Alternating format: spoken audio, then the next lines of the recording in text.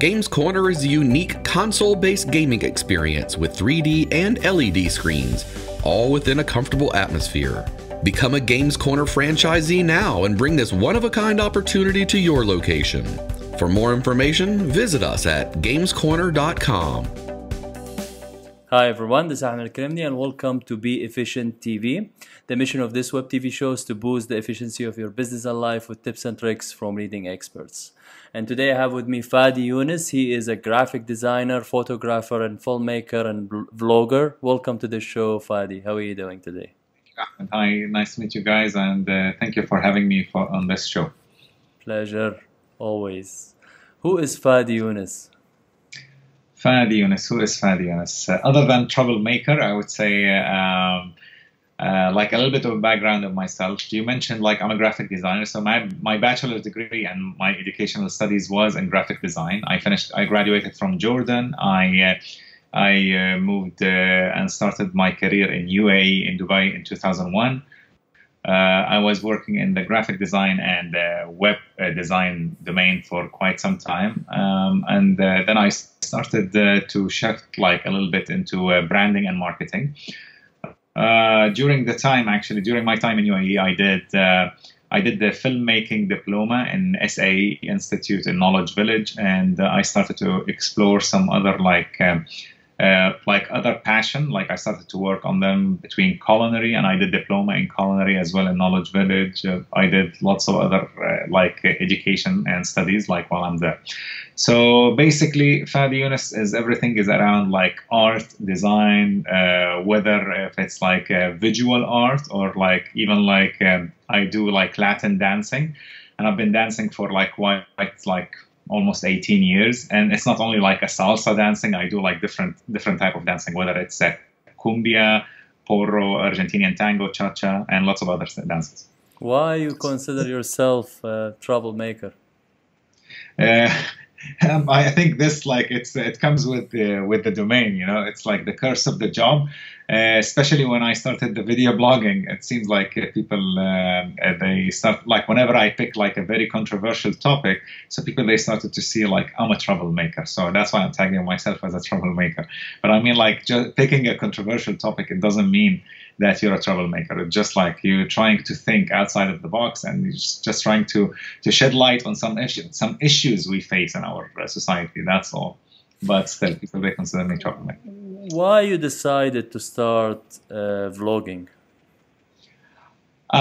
Basically, I mentioned, I did my graphic design studies, and it was not my first choice. I was always interested and fascinated in filmmaking, and I've been when I was at high school, I wanted to find a school where I can do actually filmmaking degree, and I couldn't find any in Jordan, and it was it was at Yarmouk University, and I couldn't get an access into it. So I decided to start with the graphic design, and it was the closest for the field of filmmaking, but I had the passion all the time into filmmaking until maybe after I would say 5 years from my graduation, when I started when I found this film school in Dubai. They opened their first location in the Middle East, and then I started taking the course with them until I finished.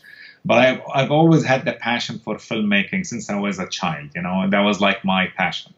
I never developed that skill, and I never used the skill I had. I've always worked with agencies because of my job, you know. So I was working with agencies, working with them on creating corporate videos while I was in Dubai. But I wasn't filming my own, myself. I didn't do it myself. And it stayed with me all the way. I've had the skill of film editing and filmmaking and coming up with the storyline and everything, until I moved to Canada in 2015. The job market was a little bit tough, and it's still actually currently the job market in Canada is not easy, especially for newcomers and people they don't have a Canadian experience. So it's a struggle. And it crossed my mind. It happened when I was at early 2016. We received, me and my brother, an invitation from a podcast station here in Dubai. It was in Toronto, in Canada, and it was actually a newly startup, and it's called Canada. And they wanted to bring some like diverse Arabs actually who lives in Canada to come and do their own segment, and to come up with like a show. And this is where the whole video blogging started, because I was like, I started with the whole podcast, and I created a show called Fadi Here and There. The show was based like it's a traveling based show, and especially that I'm a traveler. I'm a very avid traveler. I've been into 40 countries today, and I always like go and take videos and picture wherever I go, and I try always like to shed light on cultural related in every country I go to. But this agency, they encouraged you to do that, and they pay you for it, or how it works? It was like unpaid like thing. It was like something to do like a startup job, all of us together to build this, and with the time when we get sponsors, we will be sharing together like the revenue and the income. But why sharing with them if you're gonna build your list? You don't need them. And or you are employed, like you get paid a salary for doing that. Yeah, see, the business model is always in Dubai is different than it's in Canada, by the way. And every startup, they expect you to do volunteer. So like that's part of you building like the experience and all of that stuff. Anyways, like they didn't promise anything, but I was like interested in the idea, and especially that I had enough time, and I was like, let me try to work on it. I worked on making couple of episodes. It was only audio, and I didn't find myself honestly in the podcast. But I mean, it was the idea that actually it started the whole video blogging, and then I started to push towards like making videos. And I focused on the whole idea of Fadi Here and There, or in Arabic it's Fadi fi kul makan. And I started to work on making those videos, and I created the show. And I created my own YouTube channel, and I started you left from them, and now are you on your own? Or? Yeah, exactly. I started doing it on my own on my YouTube, and because like I was like, my traveling show, it's nicer to be visual. Rather than just telling stories on the radio, and this is how it started. This is the whole idea. My first vlog was published in June 2016, last year, and my first season, it was all about the Philippines. I went to the Philippines and I did like some episodes there. But then I started to shift a little bit, like from the topic of the traveling to other things, some social topics. The reason why, maybe I just realized like the Middle East, because like my audience, first I differentiated my audience. My audience and my videos is going to be in Arabic. Let's stay in that. Like, how difficult was to pick or choose between Arabic and English? However, the Arabic market in terms of viewership, it's way easier than the English market, as it's more competitive. So that's why you chose the Arabic market, or why? I chose the Arabic, honestly, because I didn't see I wouldn't say I didn't see similar content, but I didn't see similar style in presenting things. And that's why I kind of focused more, because I wanted to develop something for the Middle East, and besides, like, if you do it in English, I'm not like a native English speaker. It's not my mother tongue. So like people like with like the language, they would have the edge. So if you want to compare us together, people like they want to see a traveling show, they would go to the Canadian or the American or the English speaker, just because maybe it's easier to understand. Maybe they don't have the accent. So I was like, maybe my Arabic speaking skills is my edge, and I would focus on it. So I didn't want to challenge to compete with the English speakers. And that's how I actually decided to focus and stick to the Arabic speaking and make Arabic video blogs. You jump through different topics like cooking and traveling and politics. And is it because you are still trying to find where to focus, or this is how you want it to be? No, actually, this is how, like, the first thing I started, it was 100% focusing on traveling. But I realized, like, the whole region in the Middle East, people, like, especially with the whole geopolitical situation, I don't think they have the peace of mind on like watching only luxury and fun and like traveling. Especially like many of the people, they started to put comments, and I was reading through them, and like people, they can't even afford, some of them, many of them actually, who's like following me, they can't afford to buy the tickets and go to those countries. So I was like, it started to become more like just like I'm making people like feel like, oh, like it's a dream and we cannot do it, instead of like instead But of them why is actually that? being It's able your to participate. focus. It's your focus. Yeah. You're not necessarily going to be for I would still, everyone. For I will everyone. keep, I will still be doing the traveling, by the way, but I'm going to change the whole angle. And this is one of the things I've learned actually from the YouTube through my workshops with them. One of the things is like you need to find your niche and to find your like audience, your market audience. And I started to realize I don't want to be the guy who actually try to show the luxury more than I would like to show the culture or like some controversial topic in each, because this is what interests me, to tell you the truth. I'm not one of the guys who goes to travel the world for like to have a night, to enjoy the nightlife and the nightclubs, because like if I go through my That's why you're a troublemaker, because you want to focus on politics. yeah, kind of. And honestly, like if you go back to my traveling, I don't think I've ever been into nightclubs in every country. Maybe I go once, especially when I go to Latin America, let's say Latin America, because I have the passion for Latin dancing. So I go sometimes to the Latin nights. But I mean, it's not my passion to go to the nightlife to see how is like the clubs and the fun and the girls. No, I'm interested more into the culture, the history, the sociology of each country, you know, I visit, to see how it's made, what differentiate them between them and other countries and the neighbors, you know. And you will see lots of stories there, you know. That's more interesting to me. When the trend of vlogging started in general? It's not really new, but I think like in the past, like maybe 10 years ago, it started to pick up. Not 10, even like 7 years ago, it started to pick up more, and people they wanted to express themselves, and I think it became like a kind of like people like who's interested in being on TV and they couldn't get the opportunity. They created their own space, their own channel. And I think this is one of the greatest thing about YouTube, to tell you the truth. So you become your own, actually, like you create your own show, you become your own TV station. And this is where I find actually like the whole idea of having a video blog and share it with millions and even sometimes tens of millions. It's very interesting and it's very powerful. How you are monetizing? Is it based on the ads on YouTube? You make some money, or how you monetize? Actually, I have to be very honest, and this is one of the things people like always they ask me. I don't make like I would say I would be lying if I said like I made even more than $400, you know, monetization on my videos. So because the entire actually time for 1 year plus, I never made more than $400. The thing is, like, it depends on your objective, and that's why I'm not like a daily vlog. So like the vloggers who does a daily videos and they actually build a fan base of like millions, you know, those are the people who actually can make good monetization. But that's not my objective. My objective actually is to deliver content. And if there is no story and if there is no value of my content, I would never have a vlog. You know, I would never publish anything just because I want to publish something, you know.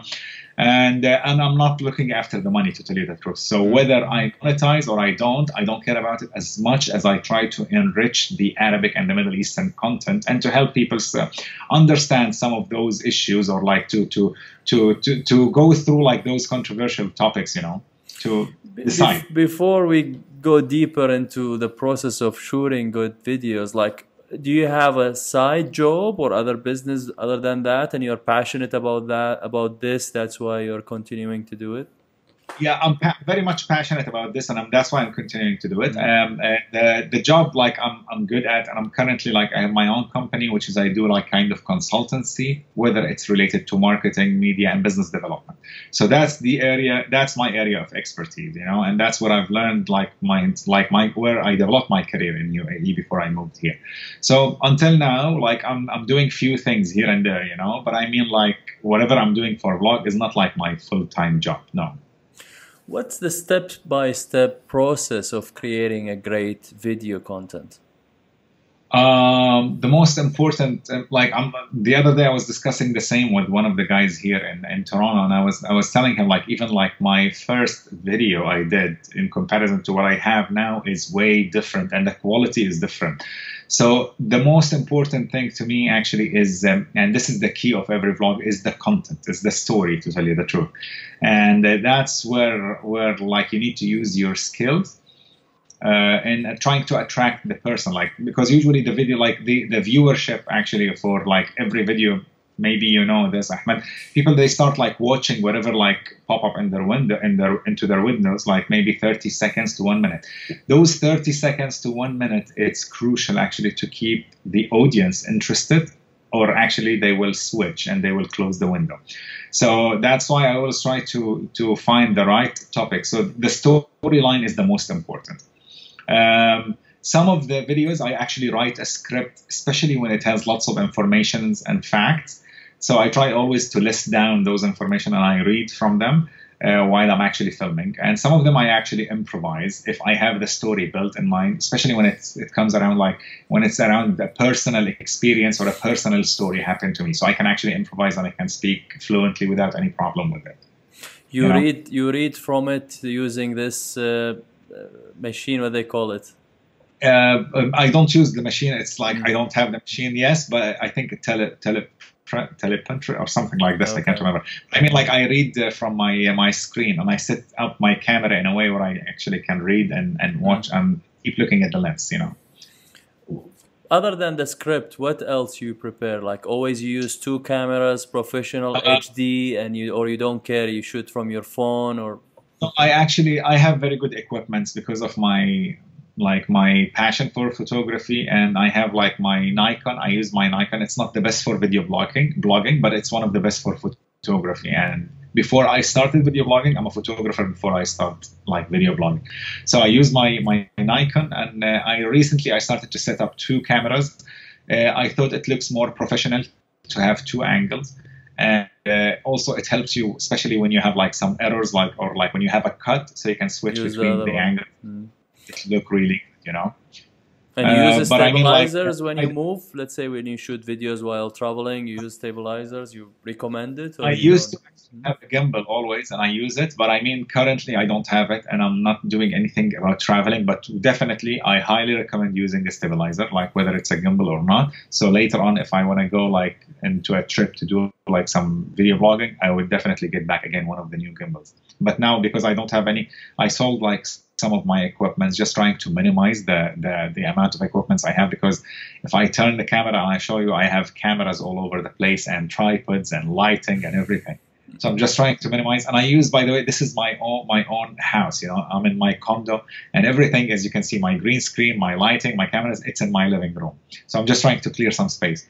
But in the future, if I want to do anything about traveling, I would definitely get a gimbal, and I would recommend it.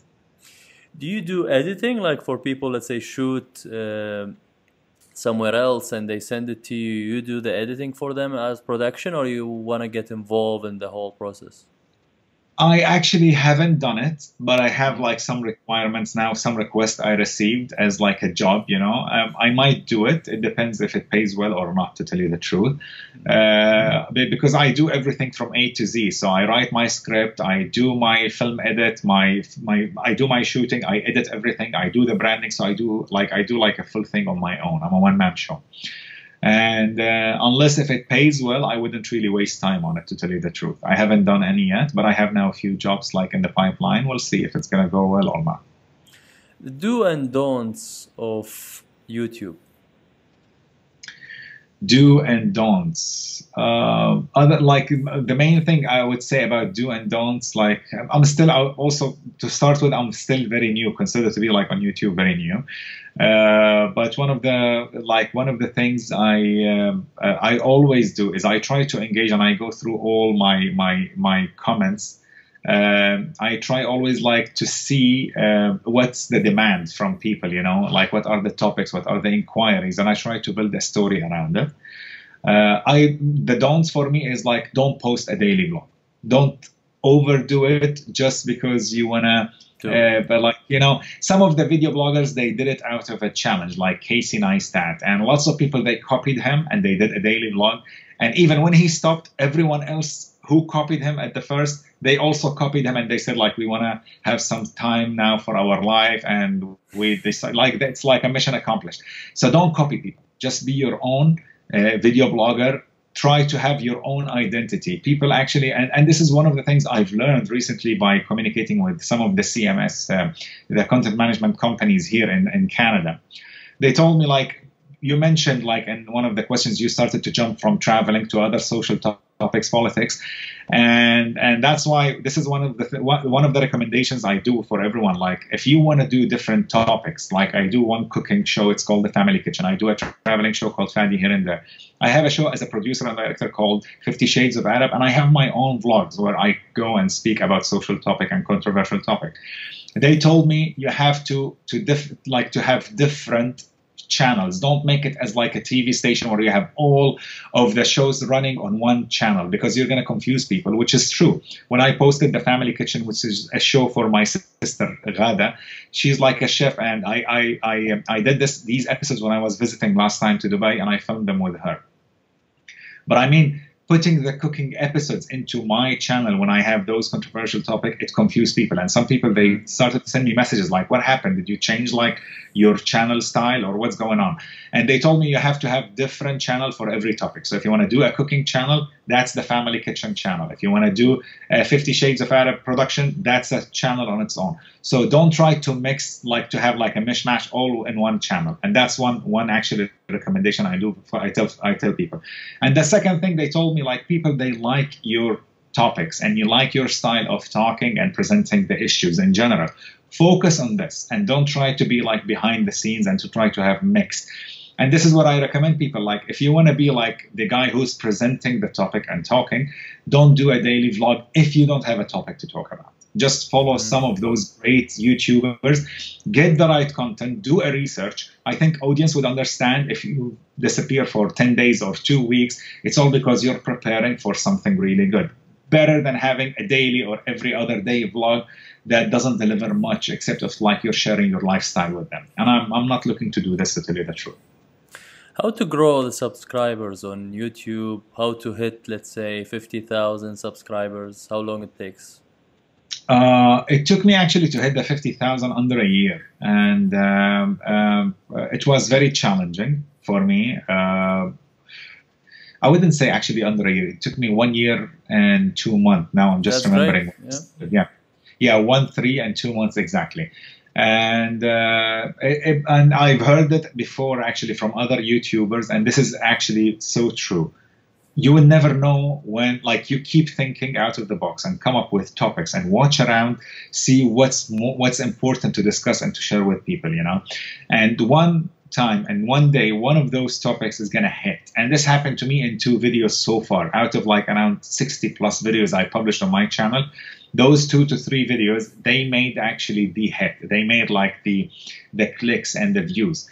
You would never know. You would never know what are they. And by the way, each topic is in total different. Mainly, maybe like 2 of them, like 2 like very popular videos I've had around like racism and discrimination. And it's maybe this is one of the topics, like, it's very interesting to people. They want to hear like other views, and they want to see how it affected your life, and how, or maybe like you're sharing their own concerns and their own problems they're facing, and they don't have a voice to speak out about it.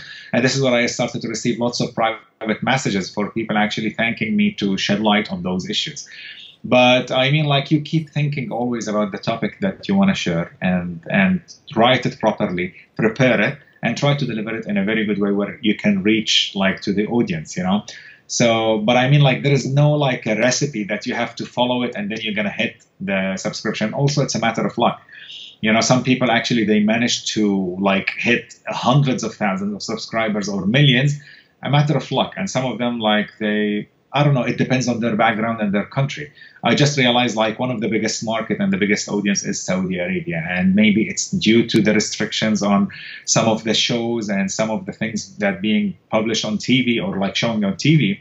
So people, they like, for them, like, they started to go to the YouTube, they can see things that they're not allowed to see, or like they can hear and see girls and women speaking and doing these video blogs that they were not allowed to be on TV. So it depends on your audience, and depends on your background, wherever you are, you know. And I do believe one of those, this is a very important factor. I do believe if I'm doing my video blogging from Dubai, it would have been different, and maybe it would have even got more views, I would say. I don't know. Just because I think maybe the Arabic community is not really big in Canada. So, like, but why does it matter? It's on YouTube. Anyone around the world can watch it.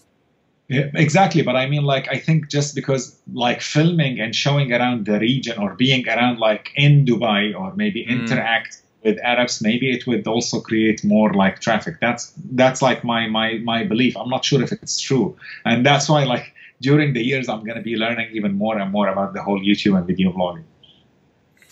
How do you see the strategy, or what's your strategy between Facebook and YouTube?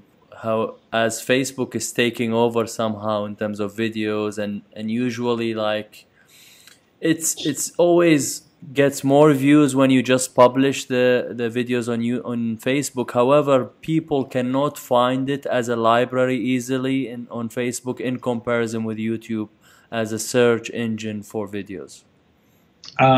The thing about the YouTube and Facebook, I was very much focused actually on the YouTube to start with, and I used the Facebook only to have like some short like teasers about each episode I do, like a 1 minute.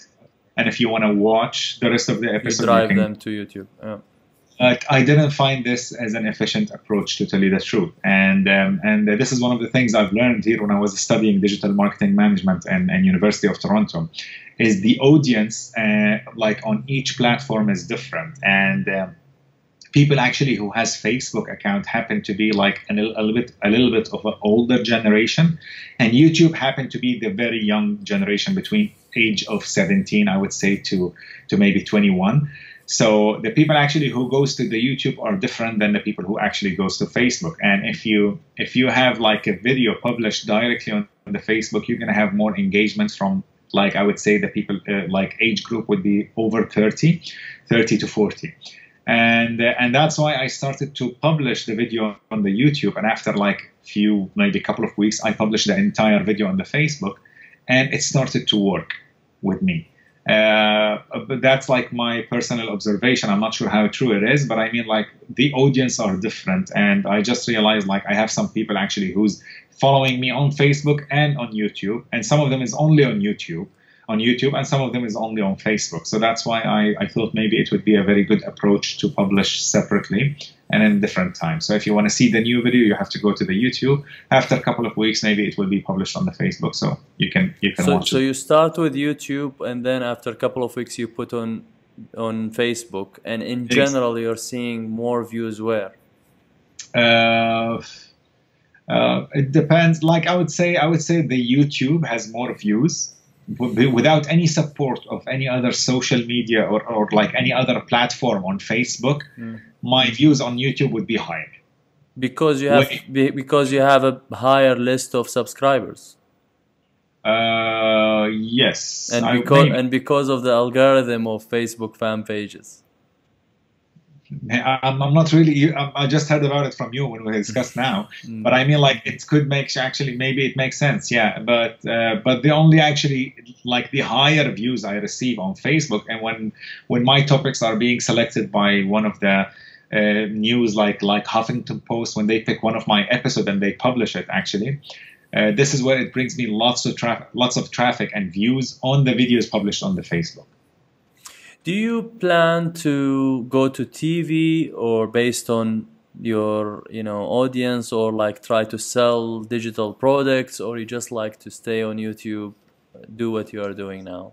For now, I'm staying on YouTube, but I'm very much open for actually being on a TV, like to have a full proper show with like a team, and like to be fully like funded. That's my aim, and that's my dream, to tell you the truth. I don't see it happening anytime soon, especially again because I'm currently in Canada, and being in Canada, like, none of them wants like to have an Arabic show because we don't have like Arabic TV stations here. Being back in the Middle East would maybe make a difference, especially that I'm doing my video vlogs in Arabic. I'm not doing it in English, so yeah. But definitely. Yeah, sorry.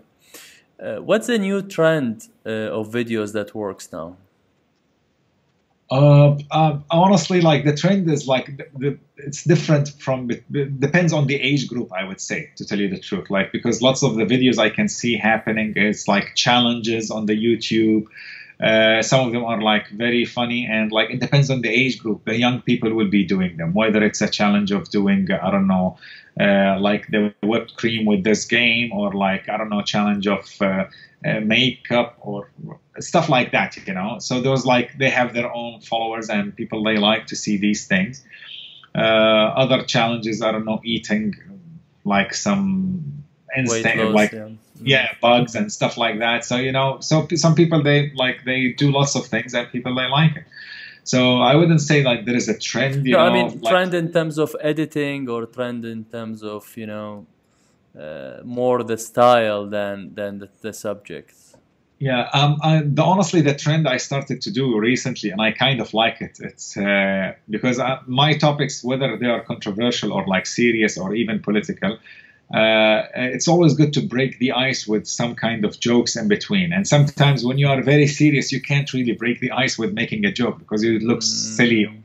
So I started to use the memes from different movies, and sometimes like even within my script, after I do while I'm doing the edit, I just remember like a scene from one of the famous like Arabic plays or like movies or TV shows, or like even English ones. I take that like short meme, like 2-3 seconds, and I put them in between just to kind of like a follow-up on my joke or my comment to make fun of myself or to make fun of the whole theory. And I found it actually very efficient, that people, they like it. And if you know how to use it, it's nice. And I started now to see even like some of the Arabic YouTubers, they started to do the same after like maybe a few videos I've created, or maybe because it's becoming a trend by lots of people as well. What are the must-use equipment for you? Before, I had lots of things like I must use like different lenses and everything. But recently, the most important is like you have a good camera, like any camera, by the way. And the most important is the audio. So I would invest like a little bit on a microphone. I personally have a very good mic I use, and I have a couple of them actually. One of them is a wireless, and the other one is like one of those like the gun like Rode mics. What's yeah, the those brand are name, if you remember? The Rode wireless, mic. yeah. Yeah. And What's the brand name of the wireless mic? I'm using the Sony. Sony. Okay. Yeah. What are the other tools or softwares that you use that makes you more efficient? Software, actually, for me, I'm using like the Adobe collection, and because of my my education, so I'm a graphic designer. So many people, they like to use the Final Cut Pro as an editing software. For me, I like the Adobe Premiere and Adobe After Effects because you can integrate between the applications. So if you want to do any graphics, you can do it in the Illustrator, and if you want to do any photo edit, you can do it in the Photoshop, and it will update automatically inside the Adobe Premiere. So I like the way the 5 applications I'm using actually, and the fifth one would be the audio the audio application. It's called Adobe Audition, and so you can actually integrate between all the applications together. And this is one of the things I really like. So those are, for me, it's a must to use. What's your daily work and life routine? I usually wake up, go to the gym. Like that's like the regular routine for me. Going to the gym, coming back, like have a coffee, read a little bit of news, and reading the news sometimes takes me an hour or two actually catching up with things, and attend to some meetings, and this is one of the things like very popular here in Canada is working remotely. So you don't have to go out like on a daily basis. If you have if you work, you can work from your like office at home, and then you go and attend like into meetings like maybe a couple of days or 3 days a week. But most of the time you can do everything editing. As you can see, like I have my studio even in my apartment, and if I want to film here, unless if I have a meeting outside, I go and I finish my meetings and I come back to do my work. So yeah, my routine starts always like workout in the morning, catching some news, and then going back to work, whether here or outside. Other hobbies? Hobbies, I have a couple of hobbies. I would say like the Latin dancing is like a passion. It's not like only a hobby. So once in a while I have to go to one of the Latin like nights, whether if it's like salsa or a tango, they call it milonga. You still single or you're married? I am still single. That's why you're still doing it. Okay. No, even when I was married, I used to do it. I don't. Okay. Yeah. So so that gives like a way that I'm divorced. Yeah. I didn't want to comment on that. No, you were going to. I was about, but I didn't want to comment. Later, when we finish the interview, maybe we talk about it. Okay. No worries. And other hobbies, like in terms of sport, I would say I'm a skydiver. So, but I mean, since I moved here, like it's very like you have a very small room to do the skydiving with the weather here in Canada because of the cold weather. So like I do it like a few times during the summer. So those are mainly like the things I really like to do when I have enough time. What is the number one marketing strategy that works for you in terms of, let's say, your production company or your videos and others? The one marketing strategy. Honestly, that's a tough one. I follow the same like system every time I do my video blogs. But I just realized like pushing your videos would be great. Would be very like the support for it would be the blogs. So to have it like covered in one of the famous like just blogging. Yeah, exactly. Whether it's a Huffington Post, BBC Arabic, CNN, or any of those like media channels where they do like a blog about what you did. How do you reach out to them, or they just found the videos and they liked it? And I always try to reach out to all of them, and sometimes they're interested, sometimes they're not. So how the process? Can you take us through the process so the audience learns? First, this is part of the network. You need to build like a kind of connection with all the media. And I come from marketing and media, so that's why I always like try to reach out to the media people. I've reached them out. I tried even when I traveled, like to go to the countries where their head office is there. I always try to go and meet the people like I communicated with, publishers, and. You try always like to show them what you have and the quality of the work, the ideas, the topics, and they always show interest because for them, like as a newspaper, they need writers and they need like publishers, So instead of they need the content instead of paying salaries, so you're bringing them like a brand new content from a different like with a fresh eye, different angle, people they never saw this before. So they will always show an interest, but you need like some people they wouldn't be interested in you, and this happened in every market, by the way. They might tell you, yeah, send it across. They review it. Some people they like it and they will use it. Some people they wouldn't. But you have to keep on reaching out and trying, and it's a hard one. But I do it all the time. Top 1 or 2 mentors? Well, my entire like the number one mentor for me was actually His Excellency Mohammed Al-Abbar, the chairman of EMAR. He was my chairman during my time working with EMAR Properties. I have learned a lot from him. I had the pleasure, and I was very privileged actually to work under his supervision for almost like couple of years when I was during my time in EMAR Properties before I shift to EMAR Malls. So I've learned a lot from him. He's a very sharp man. The way he think about the business, whether if it's real estate, retail, hospitality, it's brilliant. You worked in which department with them? I started working in the marketing department in EMAR Properties, and I stayed in the properties business for like almost 3 years until the crisis in 2008. But then one opportunity happened for me, and then I managed to get in touch with the chairman a couple of times. And then he saw like kind of like I would say my attitude, my skills, and I was requested to be shifted from EMAR Properties to EMAR Malls. I was working on Dubai Mall prior to the opening, and I think he liked what I was doing. Well, then he requested me to move to the malls, and I started to work on special projects related to the chairman himself. Some of them was in real estate, some of them was the properties, the hospitality, the retail, whether Dubai Mall or Marina Mall in Dubai as well. So I was running the special projects team, and it was dotted line reporting to him and to the CEO of EMAR Malls at that time. If you're starting today in your field, from where you will start, or what you are going to focus on to be more successful, and what you're gonna skip? I would honestly, to tell you the truth, I would focus on the topic to tell you the truth. And if I go back in time since I started the vlogging, I wouldn't start with the traveling.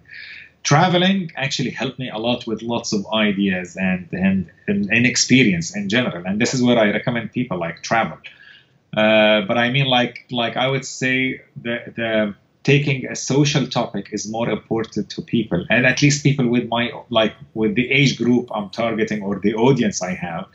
The topic is very important, and this is like I picked it up like maybe under a year back, where I started to focus on some social topic and very controversial topic to shed light on those issues and to take the opinions, for different Arabs. So do you think if you are living in the Arab world, you will be able to do that without restrictions? I don't see. It depends. Again, it depends on your attitude and your approach. And this is my belief, my firm belief, to tell you the truth. And it changed a lot since I moved to Canada. I speak openly and I criticize in the Canadian system. It's just because I'm actually allowed in this system, and it's part of my right as a soon-to-be Canadian. And this is part of the Constitution. And I will do the same in Jordan, because these two countries, actually, I represent these two countries and I'm part of them. So I have the right to speak and to criticize.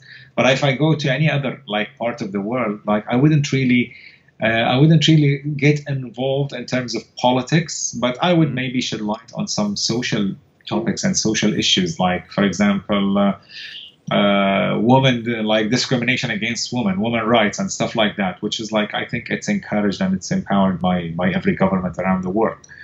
So yeah, I think I will be able to speak freely if you have the right attitude and you have the right approach towards things. And this is where you need to be a little bit kind of smart when you position your ideas. Top 3 factors for success from your perspective. That's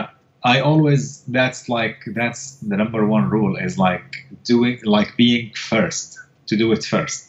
And do it at the right time, at the right place. So always, time, place, it's the when and how and where. Those are very important in everything, in every business. Yeah. So sometimes you have a great idea, but if you sleep on it, you might find other people take it and jump on it, and you lose the edge. So you always you have to take advantage of the speed usually and being the first to do it. Any habits that you are developing to stay more efficient?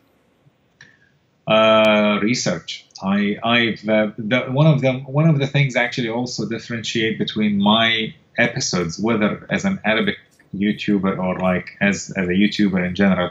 And this is one thing also we have, one of the bad habits we have in the Middle East is our reference has no support, Our references and our quotes is always based on word of mouth. I've heard from Ahmed, I've heard of this from this guy, but I've never seen it happen in front of me, or I didn't read it, or I didn't read the facts and the reports. So that's why this is one of the things I always focus on. Before I communicate or I share any information, I always research and I make sure that I'm giving the right information. So research is a key to success. What's the biggest failure moment in your life, and what did you learn from it? Honestly, it was my personal life. My personal life, whether it's a divorce or not being able to survive a proper relation, I always blame myself for those failures. I'm not like the regular Arabic guy who actually goes always and blame the girls. No, I always blame myself, and I do believe I have my own issues. Maybe it's because of different circumstances I've went through, but I think that was my I would say that was my failure, my personal life. Especially maybe the divorce or any relation I actually couldn't complete into making it a proper relation. How do you change your mood when you are depressed?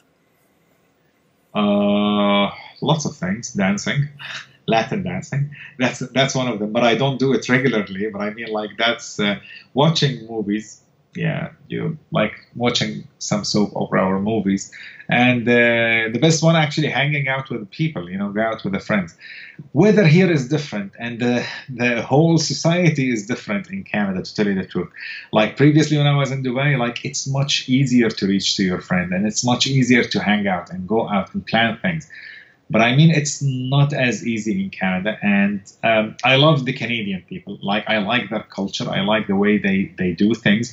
But if you live here, and you will hear it from everyone, Canadians are very much kind of closed on their own. So they don't like, maybe because we're very kind of like open, and we try always to make friends and try so hard actually to make friends. So they don't, you won't be perceived the way actually you are back home in the Middle East, So that's why you will find yourself like being a little bit isolated. In addition, and on top of it, like the weather, especially in the winter time, like most of the people like hibernate, staying at home. So the weather becomes like, it goes like minus 20, 25 sometimes. So you end up actually hanging out on your own. And being a single guy, it's very tough. What's the best advice that you have ever received? The best advice,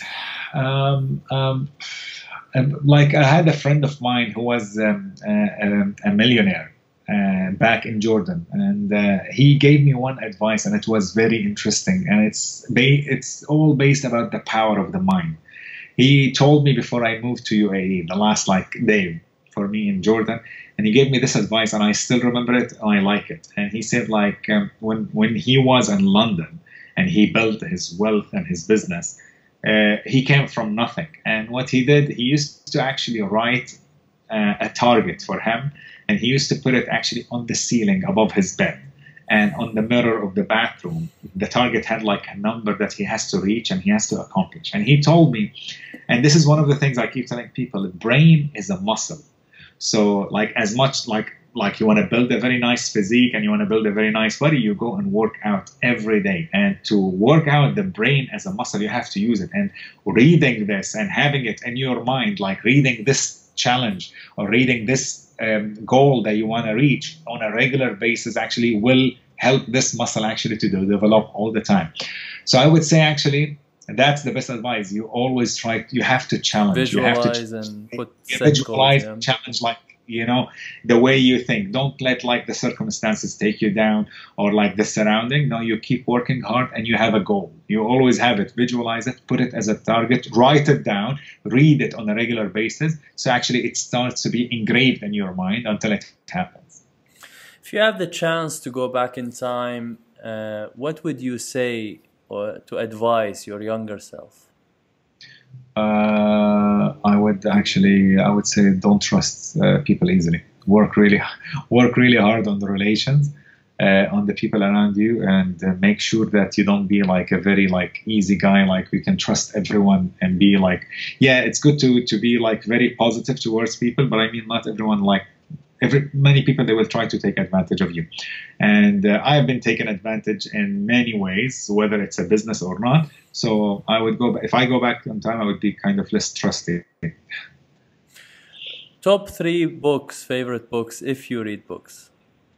I have to be very honest. I read lots of books previously, but at these times, like now, everything is like I would consider them still to be books, like digitally. But I mean, like the famous like couple of books I've really liked, and I think they changed like lots of things the way I think. There is a book called Think Like Freak, and another one is David and Goliath.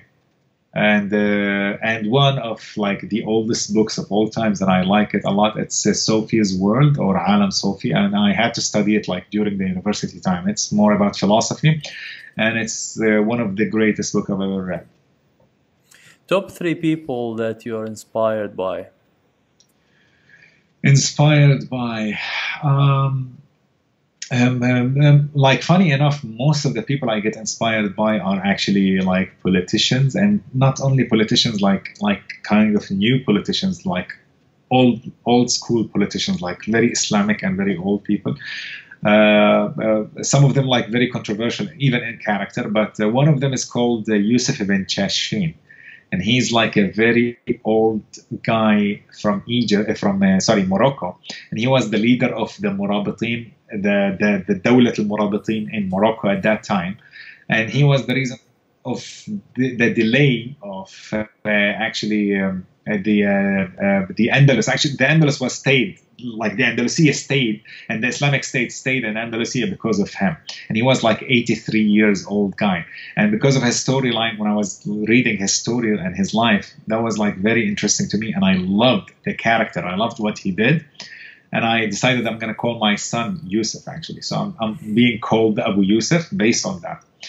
Other leaders I really like and I find them very controversial was Muawiyah ibn Abi Sufyan. Lots of people, they're going to hate me for this, but I think Muawiyah is one of the greatest politicians of all time. And there is a very famous line for him in politics. It's like, he says, like, if there were like a very thin hair between me and people, and like it will never be cut. Like if they pull it, I will release it. I will relax it a little bit. I would loosen it. And if they loosen it a little bit or they relax, I would pull it again. So that's part of the politics. So you will start to learn, like, you don't have to be very stubborn about your opinion. You have to be very flexible, like in and out until you get things done. And that's why. And I think that was his attitude towards like politics. And I kind of like him. Other than that, yeah. You will be disappointed with the people. With the people, they inspire me. They're more like like a very religious like people. What makes you really happy?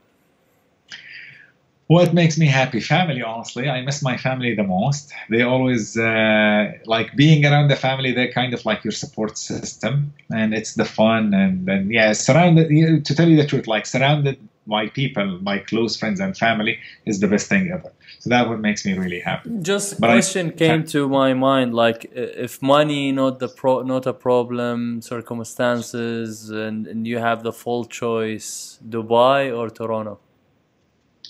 I would go to Dubai, 100%. Okay. Yeah. See, and this is when people, they don't get the difference between both countries. And I'm not saying like, see, in each country you will have advantages, you know, and it depends. Like each person, he has his own case. So of you course, cannot treat like, yeah. But overall, if you wanna, yeah. Overall, I would go to Dubai. I would still like rather to walk around with people, they speak my language, and a place where I understand the culture. I don't feel like I'm an alien, you know, or like I'm being like isolated just because of the culture. However, it's very multinational. You have 200 nationalities, yes, and yes. Yeah. And it's not really a typical Arabic city. It's like very typical Arabic guy again, you know. So like I can go around and I can do things, like I can do it freely, I can speak freely, and this is all great things. But I never had an issue before in Dubai. So like I've never had a problem where I need like, I feel like I'm not being like free to speak or to express my opinion, or I have any issue. But still, I do believe like you have the edge there because you understand the culture, you know the people, you know the whole like the system, you know. So for me, I still prefer being back there. I love it too. I've been in more than 15 countries in the last 12 months, and Dubai is my favorite city in the world. How people can contact you? I'm actually very attentive to anyone who reach out to me on social media. So they can reach me out on any of my social media, whether it's Facebook, Instagram, Snapchat, Twitter, YouTube. I reply to everyone. And as long as there is no swearing in the messages or in the comment, so I can actually attend to their messages. Thank you so much, Fadi. Appreciate your time, really. Thank you so much, Ahmed, for having me. It was a great pleasure. I look forward actually for meeting you hopefully soon when I'm in Dubai. My pleasure.